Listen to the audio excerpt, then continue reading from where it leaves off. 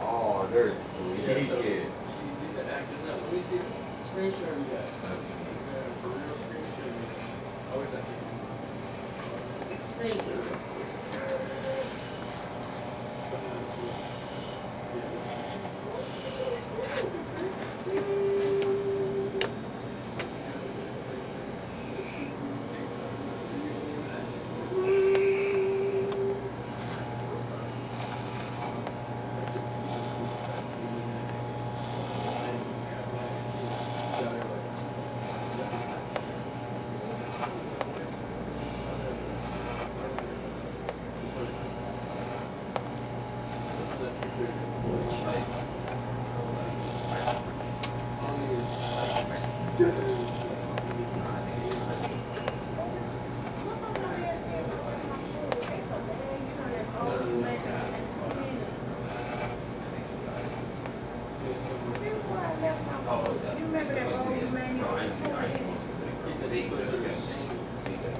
It got my tune in there, a bowl.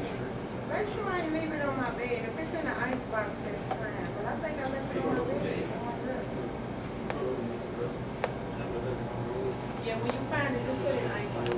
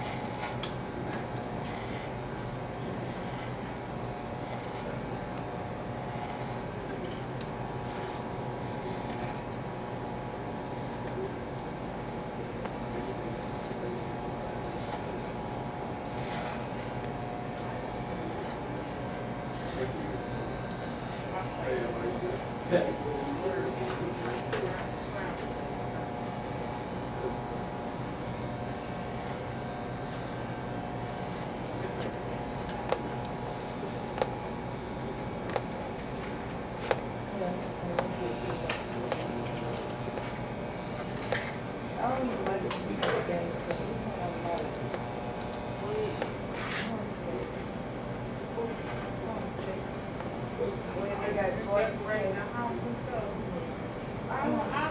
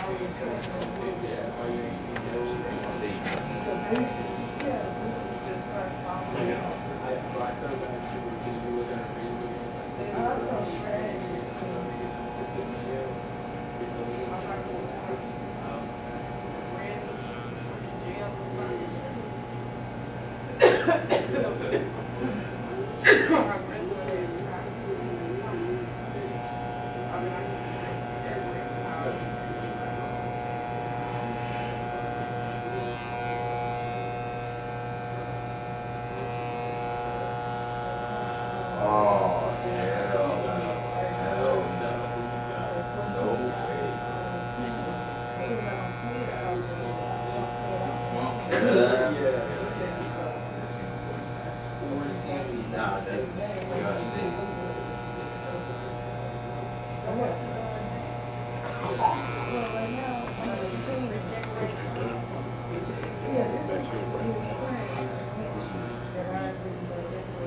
Why is she? She thought she was careful, so she thought she was like.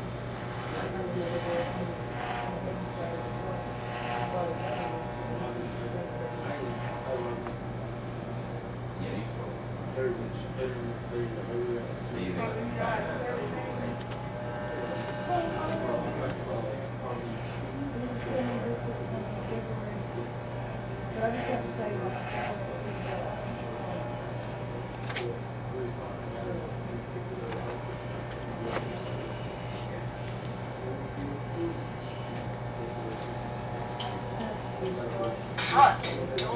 What's up, fellas?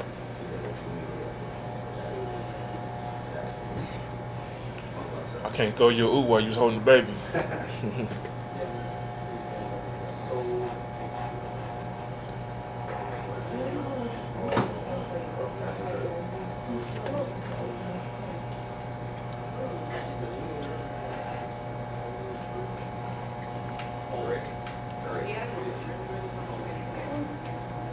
What's up, man?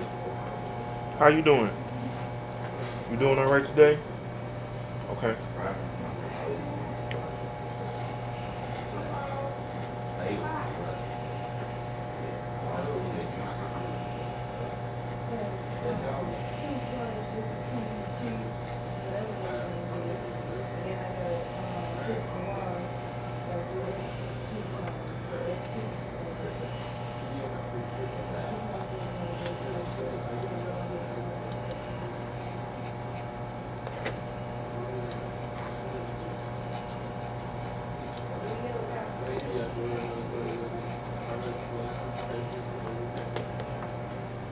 cat out of there.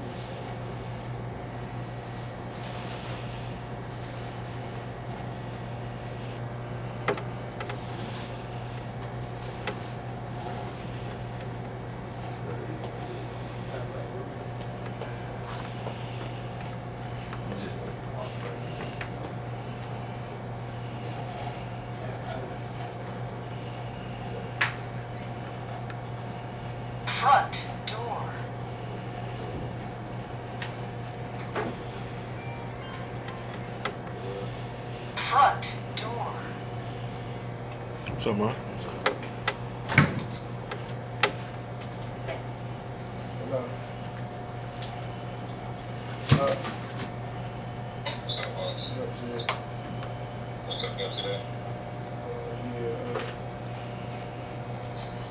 here you come about 3 o'clock. 4 o'clock. Yeah. Alright. See you at 3 o'clock. You're wrong. It's a big girl. Mom, are you in there? Mom! Get your hands off of me. I'm not leaving here until my mom's with me.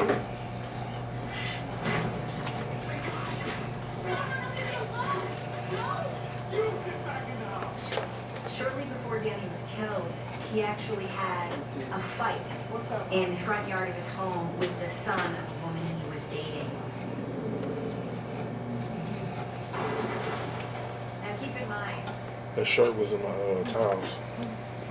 she left him because he was abusive. The divorce got very, very ugly. He began to stalk her. He began to threaten her. He ended up in court, and in court he lunged at the judge. He was sentenced to go to a psychiatric unit.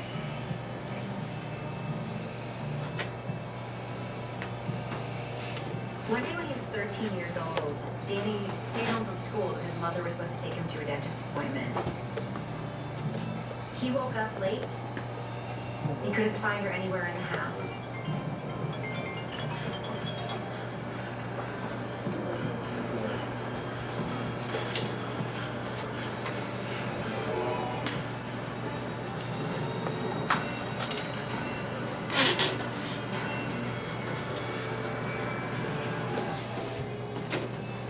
They found Danny and Victor's mother's body burnt to a crisp in a pigsty.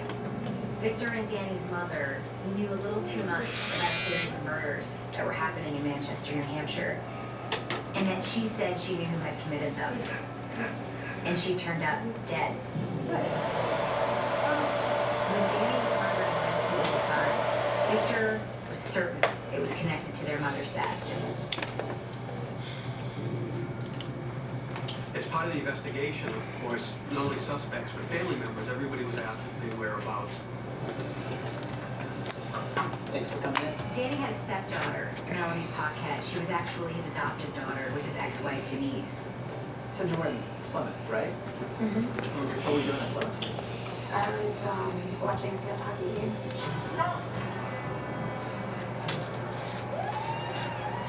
She was at a field hockey game for her local high school's championships in Plymouth, New Hampshire. And she was at that field hockey game with her good friend Eric Winhurst. He's somebody that everybody knew. He came from a fairly prominent family. The police went and questioned Eric about the alibi. He confirmed it. He had, in fact, been to the field hockey game that day with Melanie.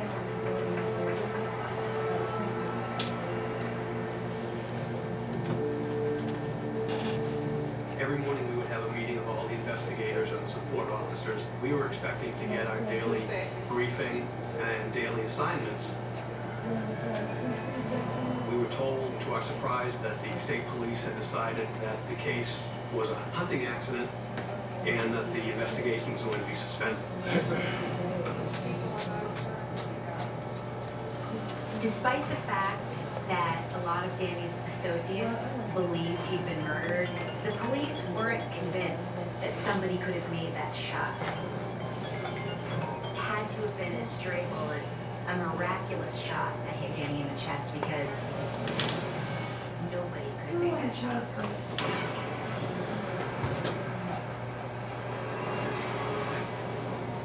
By sheer luck, the bullet was found. A couple of days after Danny was shot, neighbors in his neighborhood started to complain that their phones weren't working. The phone company was called, and a lineman who was working on the telephone lines behind Danny's house saw an anomaly in the rubber coating of the telephone line. He ended up bringing his little cherry picker up to the line, looking at it very closely, dug with the tool of his line, and pulled out a bullet. They were able to determine the caliber of the rifle that had shot Danny had, and it wasn't the caliber of rifle that they were using for hunting. The bullets that could be identified for the .270 rifle caliber. we were able to rule out somebody that had been in close proximity to the game. And in some speculation, hunting accident, some of the investigators thought that was plausible. Many of us did not think that was plausible. We honestly felt that it was a deliberate shot, and that if somebody took that type of a shot, they had to have a lot of skill. So they were either very motivated, or there was somebody that was tired. Danny's death was written off as good riddance because he was a troublemaker. That probably played a part in them not pursuing it past a hunting accident. It was very hard for us to understand why, at the point we were at, the case was going to be stopped. We in our minds had not reached a dead end. So it's back up to that concept of Daddy, my brother. Victor knew day one that his brother had been murdered. Every year, Victor would call the police and say, "Where are you? My brother's case." He wasn't going to give up.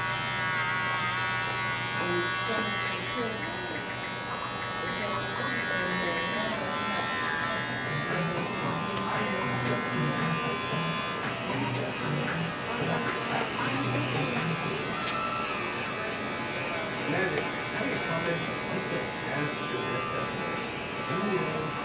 Yep, the creative solution that Magic tested. Even insights that the comic can grow your customer base. Let's go through marketing intelligence and marketing. With so many choices on Booking.com, there are so many to pay as I could be. So here's what he does. Now I'm trying to do that. Our trip, I'm a teenager beach resort. Nice. Booking.com. Yeah.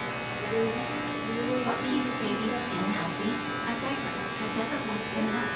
That's why Pampers Swappers absorbs lemons better. Up to 100% liquid protection and 0% skin irritation. Pampers, healthy baby skin. In sports and in life, you miss 100% of the shots you don't take. Take your shot, and you could score big savings on auto insurance. AAA Insurance offers competitive rates with our most trusted roadside assistance service.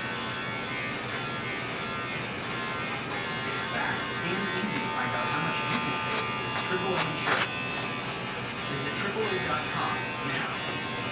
Loc Retwist And Style is for financial progress and handling of a speed to light. Here we help you see your money goes fast.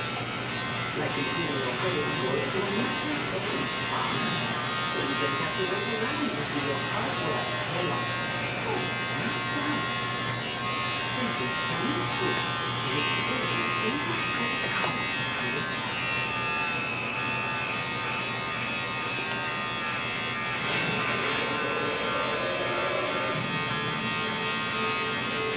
In 1992, the case came live again.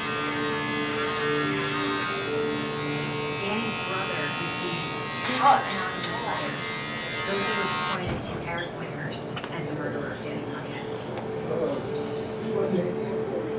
One of them detailed that Eric had been the shooter, what kind of rifle he used, and also said that everyone in town was keeping a secret for him. They wanted more post.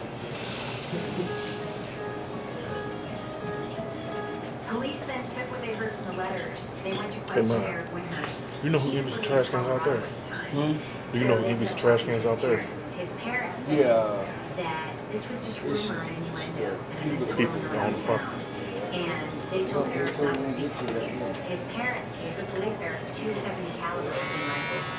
But when the ballistics came back and they realized the shot that killed him came from a different rifle, it ended up ruling out Eric Whithurst. The police also sent Melanie a questionnaire about the letters. As she was living in California, she was newly married. She had converted to Mormonism. She filled it out partially, and she said, "Just a rumor," and mailed it back. The police decided they had nothing further to go on, and the case went to the police.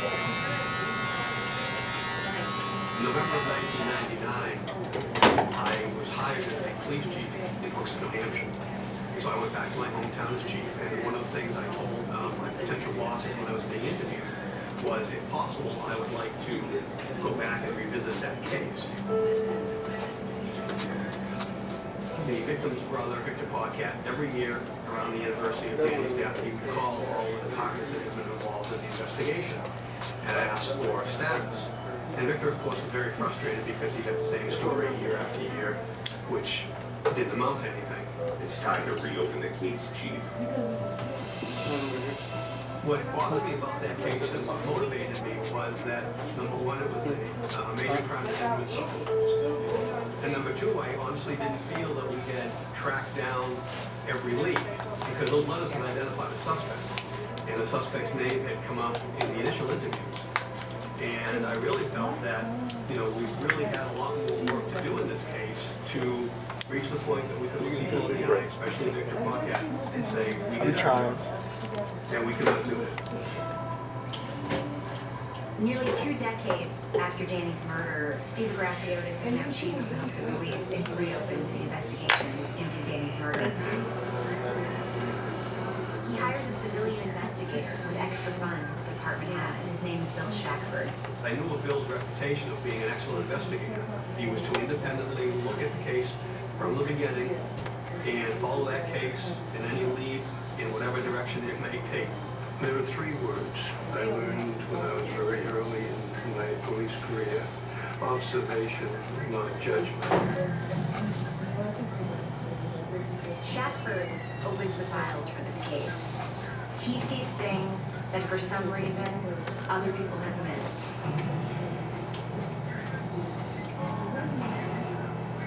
After I read the files, about 1,500 pages, I saw that there was many areas that had been covered real well. A lot of good police work had gone into this case. But I noticed there were some areas that were kind of weak and needed some attention. I think when we reopened the investigation, I was a little surprised when Bill told me that the way that the investigators had handled the anonymous letters was a little bit unusual. We really had to get back to square one, and we were starting fresh. You keep on digging, you keep on turning over the rocks to see what comes out. One night, I woke up in the middle of the night, and I said the word alibi. And I says, alibi is never checked out. And so the next day, I started working on the alibi.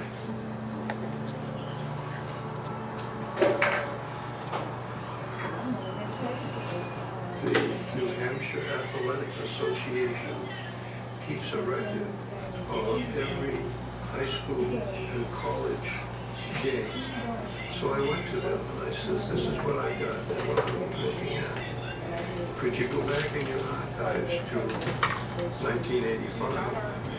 And the director there said, no problem. He says, I can do that. He says, they played a field hockey game, and this is the score, off 51. But he says, I see a note here in the records that the game was held up. And so the game did not start till 1 o'clock and it finished at near 2 o'clock.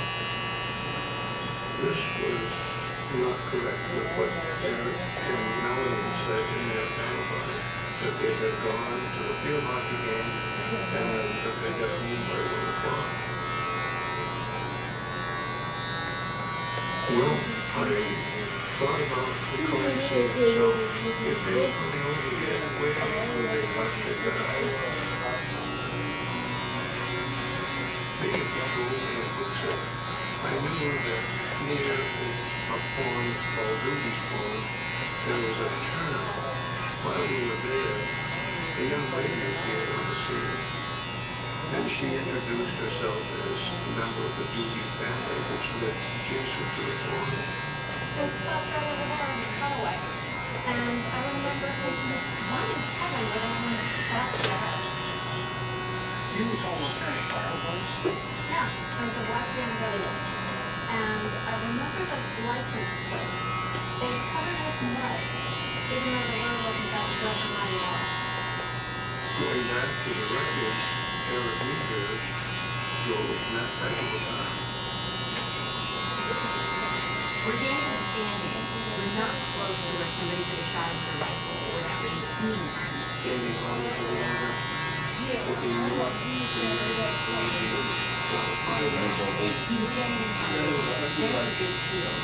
tree line in the yard is the high school teenagers really made that shot.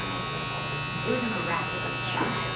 It had to be somebody that had the ability to finalize the accuracy to hit the victim in time. So I went over to the police department, I got my spoke with the dispatcher over there, who I've known her for years.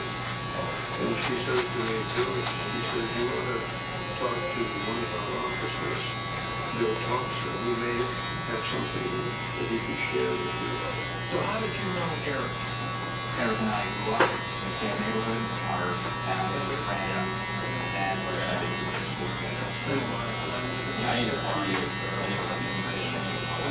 Yeah. He says he didn't know about things like that, so we had a lot in common.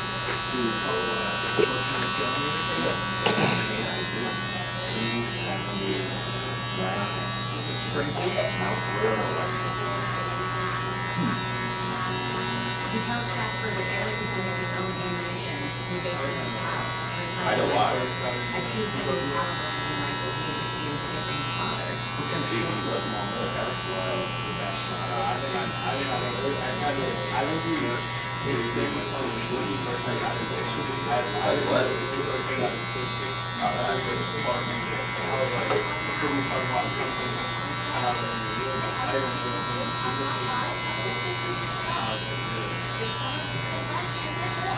I can tell you.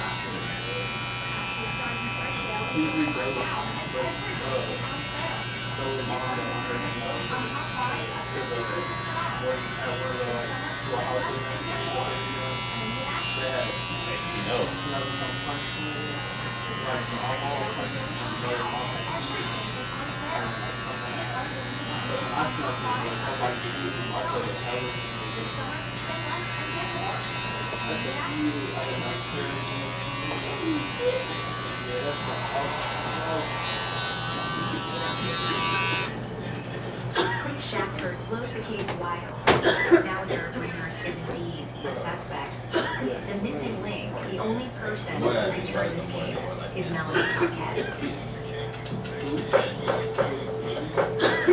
In 1985, Melody Paquette was a new girl. She had just moved to town from Alaska.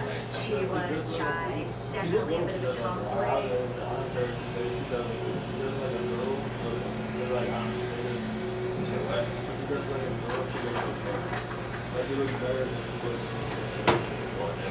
Well, I know that.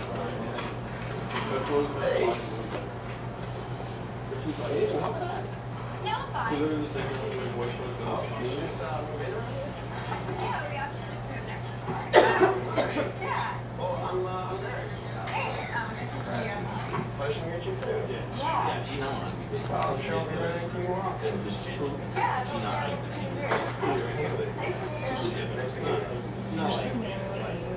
She has like 6, 9, 7. She didn't. the kind of guy she liked. When she moved to town, he took her under his wing. Soccer was really been her only outlet, and she was very, very skilled at it. Eric Winters was this very handsome and dynamic captain of the boys soccer team. There was no girls soccer team in Hopkinton, New Hampshire, so she tried out for the boys team.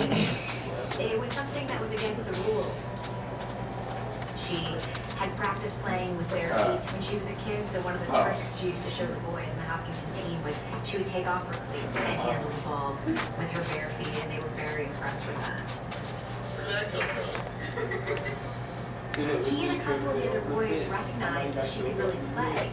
They helped champion her cause with the school, and she ended up playing on the team with the boys.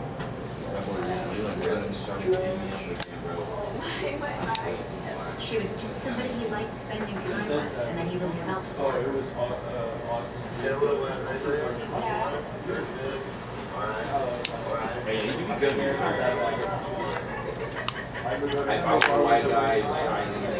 There's no doubt that Melody was infatuated with Eric Windhurst, but the feelings weren't mutual. While Melody was writing home to her mother about her crush on Eric Windhurst, he really saw Melody as more of a little sister. And the fact that Melody had a crush on him made him want to be friends with her even more, even though he didn't return her feelings.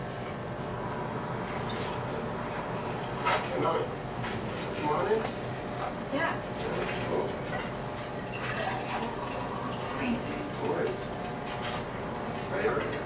What people in her new town of Hopkinton didn't know, though, was that she was actually living in hiding from her stepfather, Danny Paquette. No, I don't. I don't. It's like it's so silly telling me out loud, you know. It feels like I'm so long ago. There was a custody dispute going on as far as Melody and an adoption issue coming up. Danny didn't know that Melody was in the state of New Hampshire, and the relatives that were trying to adopt Melody had petitioned the court to keep Danny out of the adoption proceedings. However, the court had ruled that Danny had a right to know that she was in the state and had a right to speak his piece. So obviously there was a lot of family tension going on. Danny Paquette got her very ugly divorce from her mother. She had accused him of molesting her, and she was afraid if he found out that she was in the state, he would kill her. So she was actually living with relatives in this town about 30 minutes away from where Danny lived. I don't even know if I should really talk about it, honestly. But she told them a story about her stepdad, Danny Paquette, having molested her for years. He had held a gun in her mouth, he killed animals in front of her, and she was very worried he was about to find out where she was.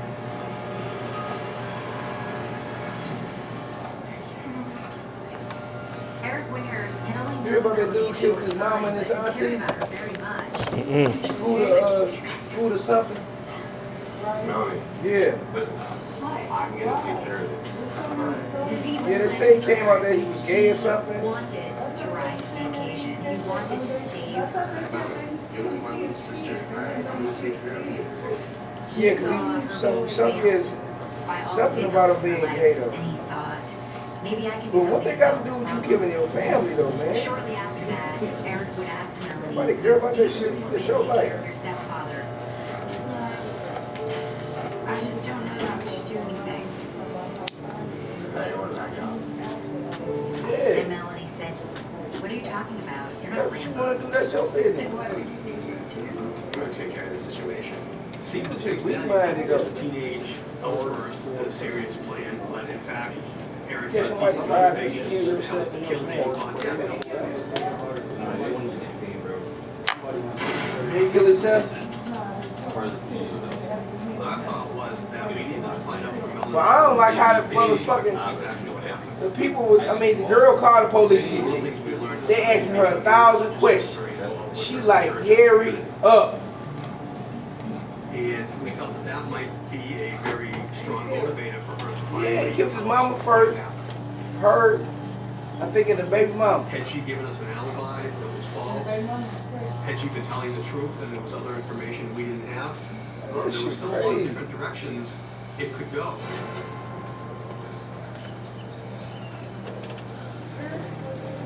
No, I think it was out of town somewhere, but it's just been world news of it. State of New Hampshire to invest in them, so you can get your to Idaho to visit Melanie. And on a very hot July Yeah, he was going to kill who? they knocked on her door. No, he didn't make it to it, right? I didn't even know the choir. Melanie Cooper? And there she is. She's the same girl that they recognize from all these pictures from 1985. She still looks incredibly youthful. I'm the executive. Set New Hampshire. Figured out how to do about the Danny Project case. Bro, you seen that dude that got busted for all them fireworks? He got busted, bro. Like, he had like 8 or like 20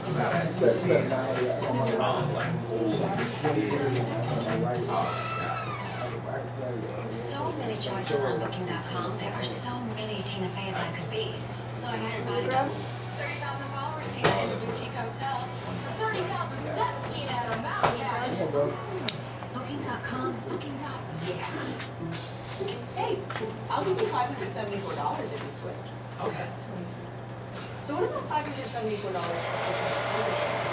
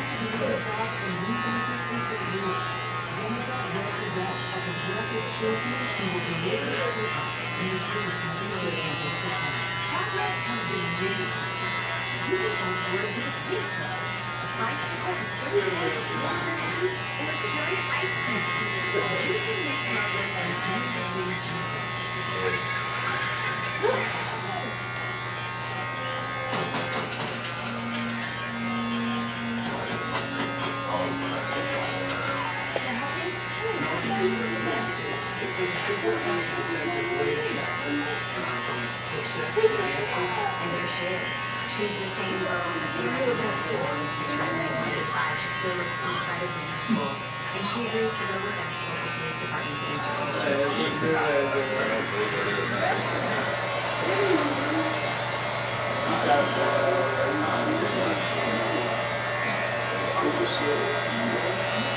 One of the officers who knew about how religious Melanie was confronted her.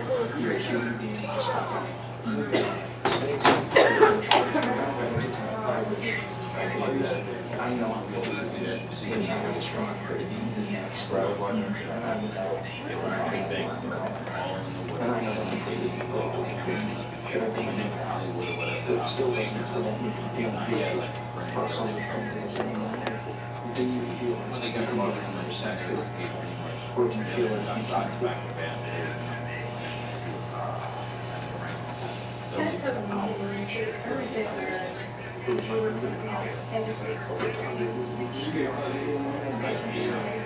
And it's still had, and it's still got some. But they could see her on a camera next door. And they could see her grappling with something. They could see her struggling.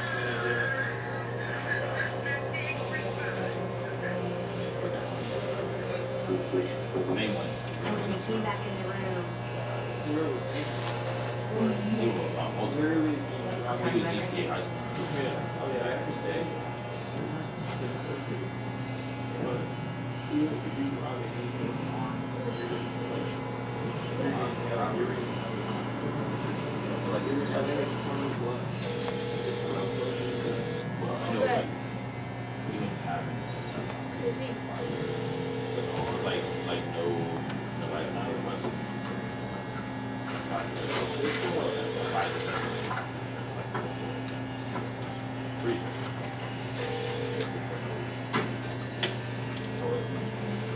Let's go.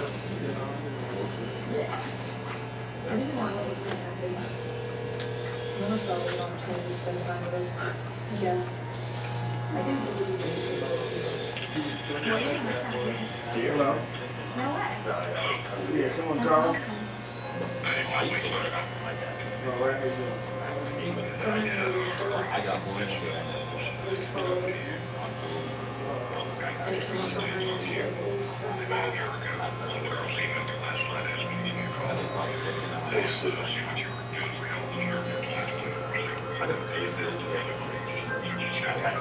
No, I got it.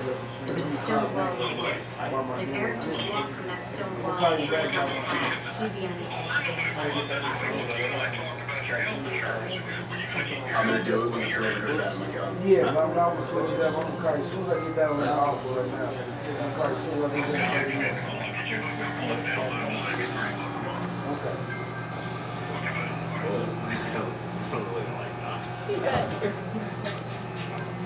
I don't mean that. No, when you get about, he's gonna be on that now. He's gonna be opposition, bro. He's gonna be. I love it. He's gonna try and put over my yeah, it's like he tries to get two kids. I feel bad or he's being honest. God, Yeah, I don't even God. That's the thing, bro. They know they.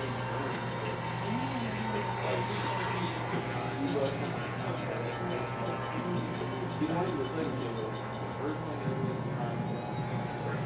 the second one that was.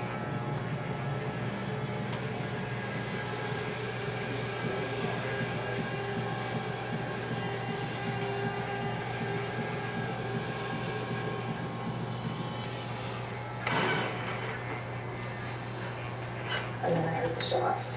And I don't know, I just couldn't believe it.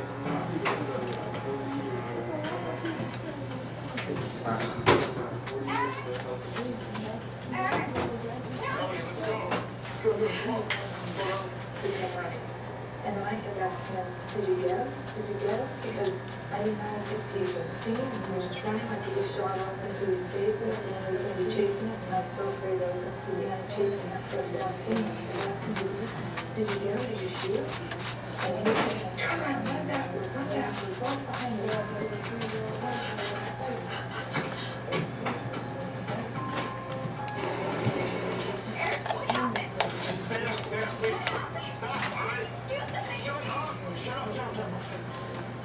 What happened? I need to know. I shot him, all right? I shot him. It's done. It's over. All right? I finished it. It's done.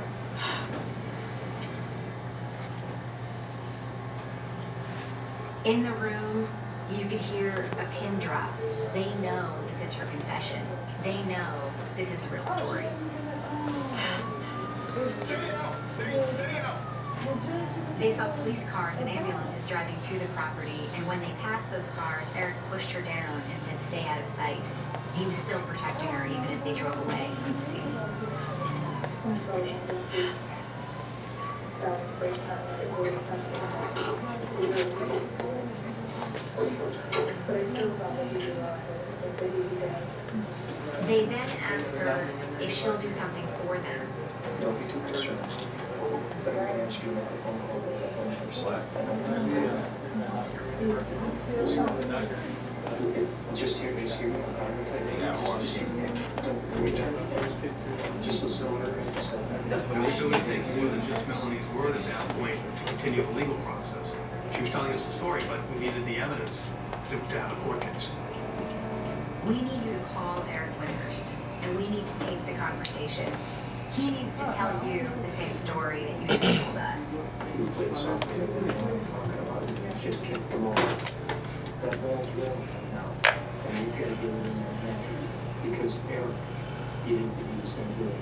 He went. They said that watercoloring, right? And took another person's blood. Right. She was terrified. She was very, very worried he would know why she was calling. They had talked on and off throughout the years before. They'd never talked about it. They'd agreed they would never talk about it. Here was somebody who had acted on her behalf, had protected her, had kept the secret for 2 decades, and always wished her well. And now here she was being asked to turn on him.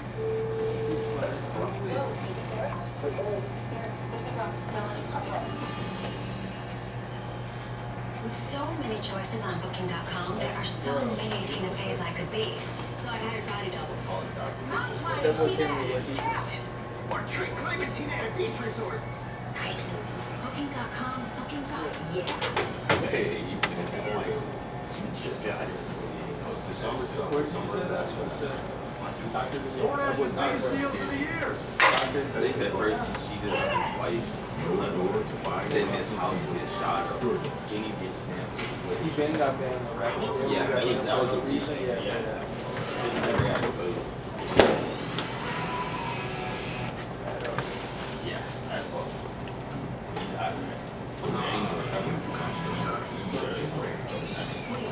Are they spicy? No, bro. Bro.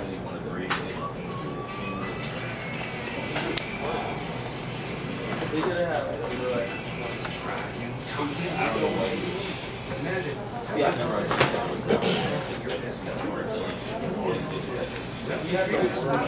it is why Grow your customer base. Let Buxton's marketing intelligence. like these jobs that you have, what they do make it so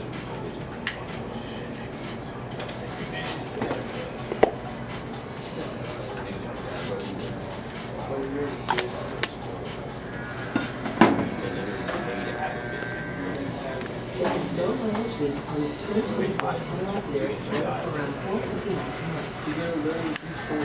Visit your Stylist and Come on, man. All the cool kids are from You don't do Tina with. I have an ice cream man.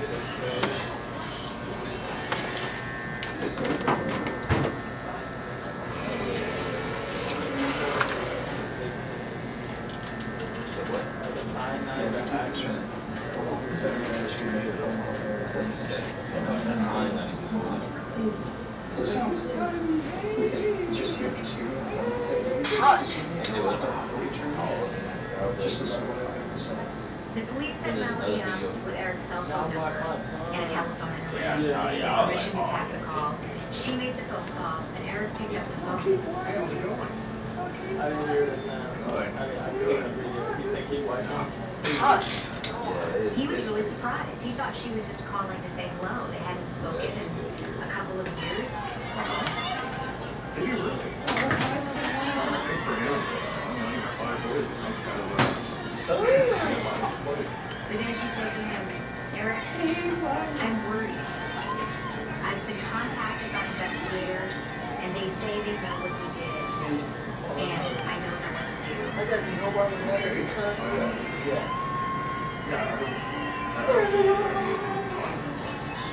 I hit the lock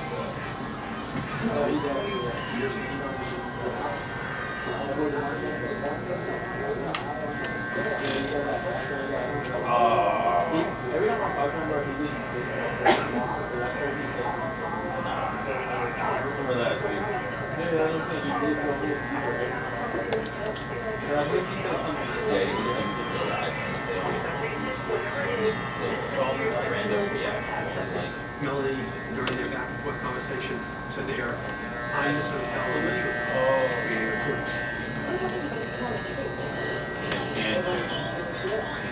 The thing that's interesting about that first phone call, Melody was talking about how guilty she felt, was talking about wanting That is like after all these years that of what happened. This isn't a person whose life was on the line all of a sudden. His first reaction wasn't, don't tell, don't tell. His first reaction was, protect yourself. He's gonna keep your boy straight. It's time for line up. Line up gotta be straight. Look at me. Once again, Eric Winhurst was Melanie's protector. wanna put your He head was up her like big this. brother. He was giving Give me her a straight angle so I can go straight objectively good across. advice to See what I'm protect saying? herself, to call a lawyer, to to shield herself from what could happen to her life. You know, frankly, I don't care. What do you mean you don't care? Let's do whatever they have to do, okay? You know what? I don't have to bring you up. I'd rather see you get to get something. However high water, no matter. See you out there. A grand jury was convened, and enough evidence mounted against Eric Winters for there to be an arrest. He still didn't know the police had tapped the calls, but he knew something was going to happen. He didn't know how much time he had left before the police caught up to him, and he woke up every day wondering if this could be the day. Less than a year later, he was actually working on a very high-end home project, and he sees an unmarked police car pull up in front of the house. And he said, "They're here for me," and climbs down the ladder.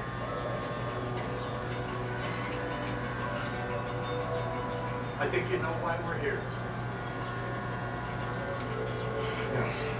Eric Winters, I'm arresting you for the murder of Danny Podcast. You have the right to remain silent. Anything you say can will be held against you in the court of law. When you were taken into custody, it's almost as if he was expecting it.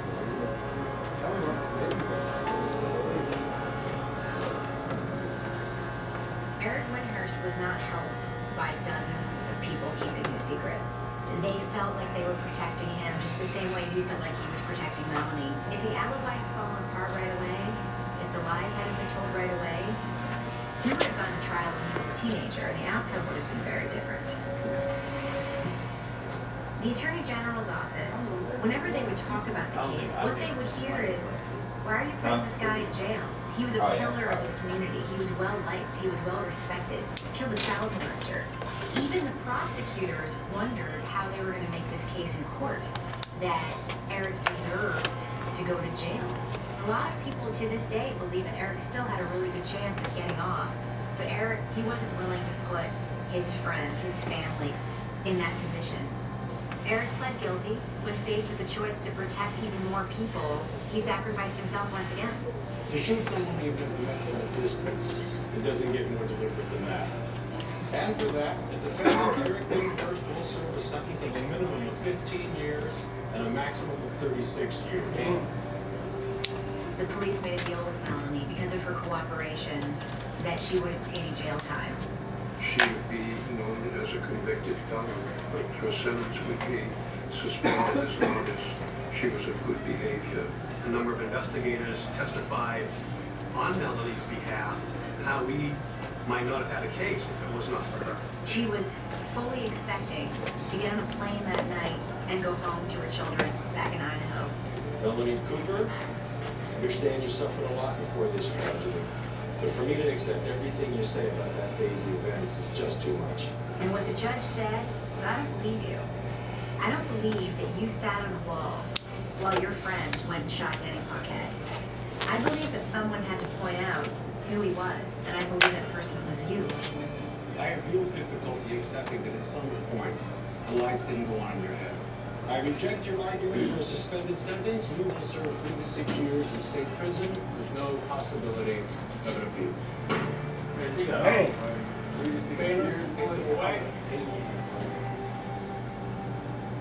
Eric Winters is kind of a white knight to a lot of people. And he's a white knight who fell on his sword in defense of a maiden. Behind bars, Eric is still acting as Melanie's protector. When I asked him, "Did she point out who it was that you needed to shoot?" he says this, "I know what happened. She knows what happened. What good would it do her for me to tell you anything other than what she told the police?"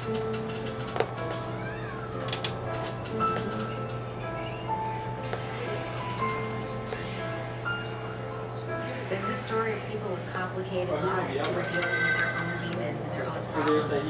Arguably, the worst person in the story was the victim, which makes it so much more complicated. The truth is always hanging out there somewhere. Just somebody's going to come along and stumble over it. It was a strange story. It started off as a patrol officer when the incident occurred, and it was the chief of police when Eric was arrested. lot of history between them. I think the only regret I have in this case is that the police didn't follow through much sooner. Because we were extremely lucky to get the results we did. Thanks to them. If it wasn't for Melody, the case probably wouldn't have been solved. See, with them, it ain't the money. If it wasn't for Melody, it wouldn't have been. So basically, you said you snitched on the women and take it out, so we wouldn't never took it. Yeah, you see, he only paid 30 months. And I got you registered. Yeah, I really 18 hope someday that some 17-year-old hears the story and thinks, 1800. maybe I won't make easy decisions. Maybe I'll make the tough one and tell somebody.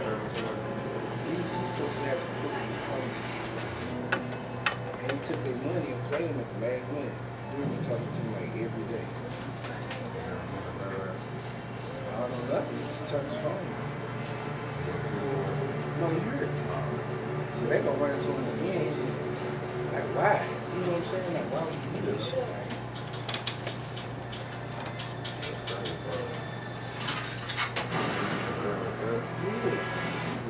The brother got raped, so he was like, really just shocking me. Standing over this woman's body, it was pretty sickening. The whole thing was very surreal. We've been searching for this woman, and all of the images that I had in my head were of the pictures of her from that night. This vibrant, laughing, beautiful young woman having so much fun. And there I stood about 5 feet from this gravesite, and I remember thinking at that time that 1 minute you can be having a good time out, and one encounter with someone you don't know, and you could end up in a grave. To see this little 19-year-old girl just Yeah, I just know the type of life. I know what that time they on. You know what I'm saying? people Like, just don't understand that there's they do. You know what I'm saying? So bad people in this world. dude don't even know. You know what I'm saying? Like, Kenya was a natural leader. There was no doubt that she was going to have to do whatever it is she wanted to do. After high school, she decided that she wanted to be crime scene investigator. She had already been accepted, and she was to start school 1 week before she was found. How y'all doing? I'm with him, like that.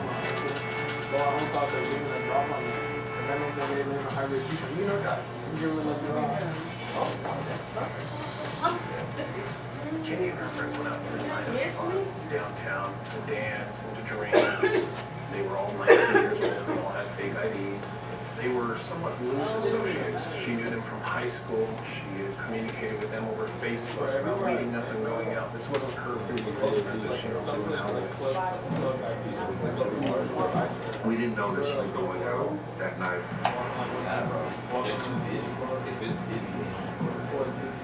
The girls who she was supposed to be with, they never were able to cross paths. All of these girls that she was with, they were acquaintances. They were not friends. yeah, man, it's tough for everybody to see you without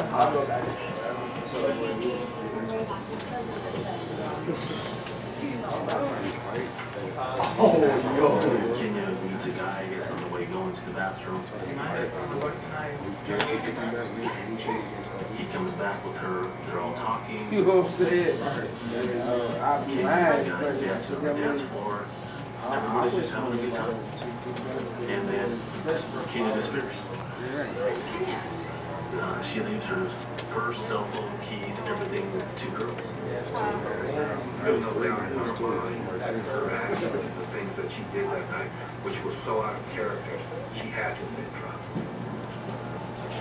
When it came closing time around 1:30 in the morning, they waited out front and Kenya never showed up. They thought that she had left the club that they were in and had went back to the other club. No, Where her I other just said friends to were. you that She left with this young man through the alley entrance of this bar.